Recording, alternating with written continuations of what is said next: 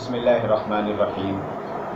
حضرت ابراہیم بن ادھم رحمۃ اللہ علیہ کے پاس ایک نوجوان آیا اور آ کر کہنے لگا کہ حضرت گناہ کا مرتکب ہوتا ہوں، گناہ کو چھوڑا بھی نہیں جاتا اور ڈر ہے کہ عذاب ہوگا، کوئی ایسا طریقہ بتا دیں کہ گناہ بھی کرتا رہوں اور عذاب سے بھی بچ جاؤں۔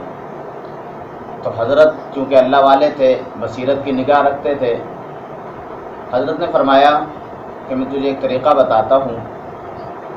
تو نوجوان بڑا خوش ہوا اور کہنے لگا کہ حضرت جلدی فرمائیے۔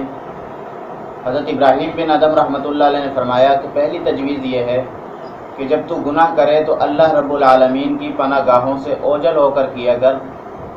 تو یہ کہنے لگا کہ حضرت یہ کیسے ممکن ہے، یہ تو نہیں ہو سکتا۔ فرمایا اچھا دوسری تجویز یہ ہے کہ تو رزق کھانا چھوڑ دے، کہہ دینا کہ اللہ نہ میں تیرا رزق کھاتا تھا نہ تیری بات مانتا تھا۔ کہنے لگا حضرت یہ تو نہیں ہو سکتا، بغیر کھائے میں زندہ کیسے رہوں گا۔ فرمایا اچھا تیسری تجویز یہ ہے کہ چونکہ زمین و آسمان اللہ کی ملکیت ہیں، للہ ما فی السماوات و ما فی الارض، تو جب تو کوئی گناہ کرے تو اللہ کے ملک سے باہر نکل کر کیا کر۔ کہنے لگا حضرت یہ تو ممکن نہیں ہے، یہ تو نہیں ہو سکتا۔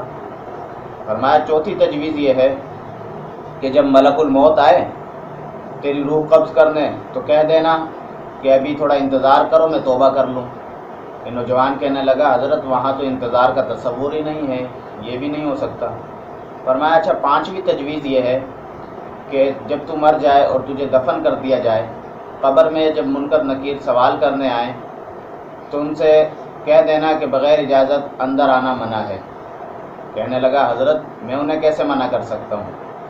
فرمایا اچھا چھٹی تجویز یہ ہے کہ قیامت کے دن جب تیرا نامہ اعمال اللہ کی بارگاہ میں پیش ہوگا اور اللہ رب العالمین فرشتوں کو حکم دیں گے کہ اسے گھسیٹ کر لے جاؤ اور جہنم میں ڈال دو، تو وہاں اکڑ کر کھڑے ہو جانا، ضد کرنا کہ میں نہیں جاتا۔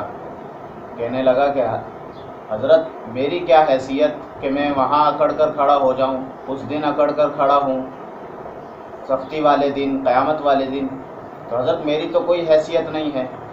اب لوہا گرم تھا، حضرت نے فرمایا کہ جب تیری کوئی حیثیت نہیں ہے تو پھر تو اتنے بڑے رب سے، اتنے عظیم رب سے کی نافرمانی کیوں کر رہا ہے؟ تو کیوں اس مالک الملک کی، اس خالق کائنات کی نافرمانی کیوں کر رہا ہے جو بہت بڑا رب ہے، جب تیری کوئی حیثیت ہی نہیں ہے؟ تو کہنے لگا کہ حضرت میں آئندہ توبہ کرتا ہوں، آئندہ کوئی گناہ نہیں۔